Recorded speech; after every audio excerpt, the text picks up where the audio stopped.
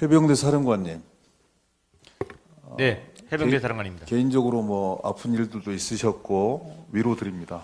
그런데 이제 사령관님께서 최근의 논란의 한 복판에 계신 분이고 어찌 보면 국민들을 상대로 해서 마지막으로 진실을 알릴 수 있는 공개적인 자리인 것 같아서 묻습니다.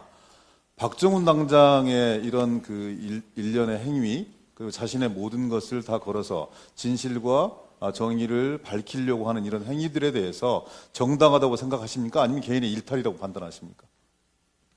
이미 10월 6일 날 기소가 됐지만 이거는 정당한 지시를 위반한 행위로 이렇게 인식하고 있습니다. 그러면 기소 내용이 정당하다 이렇게 생각하시는 거네요? 그렇습니다. 그래요. 지난 8월 30일 국방부 검찰단이 구속영장 청구서에서 국방부 장관이나 법무관리관이 혐의 사실을 빼라 이렇게 지시를 했지만 이는 적법한 지시라고 주장을 했습니다. 알고 계시죠? 예, 언론을 통해서 봤습니다. 국방부 정책실에서 작성했다는 해병대 순직사고 조사 관련 논란에 대한 진실에서는 이첩 보류 지시 외에 다른 지시가 있었다는 주장은 일방적 허위 주장이다 이렇게 주장했어요. 그런데 국방부 검찰단은 이 문서의 취지대로 구속영장 청구서를 변경해서 공소를 제기했습니다. 명백한 수사 개입이거든요. 사령관. 그럼 군 지휘관으로서 이런 행동이 정당성을 인정받을 수 있다고 생각합니까? 명확한 것은 제 해병대 사령관 정당한 지시에 이첩 보류를 위반한 행위는 명확한 겁니다. 아니 A를 물으면 A를 답을 하세요. 왜 다른 말씀을 주세요? 사령관이 군사경찰의 이 수사 결과가 마음에 안 들면 법무참모의 조언을 받아서 송치 등의 처분 변경을 명령한 적이 있으세요? 혹시? 없습니다. 아니면 그런 상황이 발생하면 처분 명령을 명령할 겁니까? 다시 의원님께서 질문하시는 의미를 제가 정확히 이해를 못했습니다. 본인의 생각과 네. 그 어긋나는 이런 부분들이 있으면 그런 부분들에 대해서 부당한 지시를 내리시겠냐고요. 부당한 지시가 아니라 지휘 감독 권한자로서 그거에 대한 의견 개정된 군사보건법의 취지를 일방적으로 그렇게 해석하지 마세요. 3대 사건에 대해서는 군사 지휘관들의 손을 타지 마라. 그래서 군사보건법을 개정한 거 뻔히 알면서 사령관이 어떻게 그런 말씀들을 하십니까?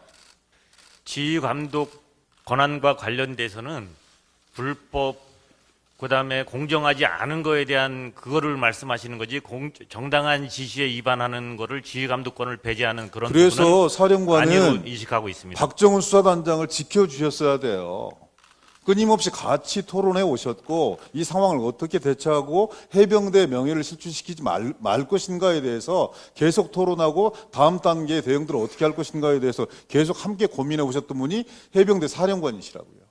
그건 여러 가지 녹취록 속에 다 고민들이 나와 있어요. 그런데 그걸 부정하고 박정훈 수사단장 개인의 일탈로 몰아서 집단 린치를 가하는데 동조하고 진실과 정의를 도륙노는데 앞장서는 것, 그건 해병대 사령관이 해야 될 일이 아닙니다. 왜 그렇게 하세요? 이 자리에서도 그렇게 말씀 주시면 안 되는 거죠. 답변 드려도 되겠습니까? 말씀 줘보세요.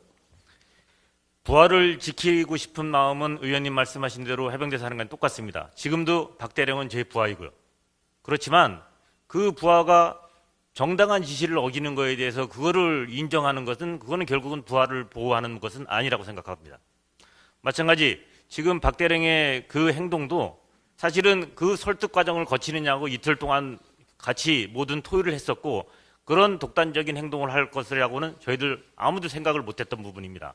또한 그러한 일탈 행위를 했다고 했으면은 그거를 빨리 인정을 하고 그거를 수긍했으면은 이 정도까지 문제는 파장되지 않았다고 생각합니다. 이상입니다.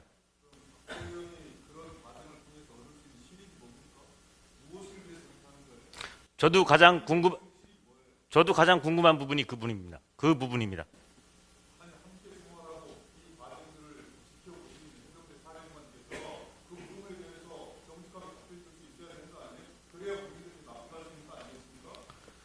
그러면은 의원님 마지막으로 만약에 박대령이 이첩 보류 지시를 위반한 것을 본인이 인정을 하고 바로 수긍을 했었으면은 이 정도까지의 어떠한 국민적인 어떠한 관심이나 파장은 없었을 거라고 생각합니다.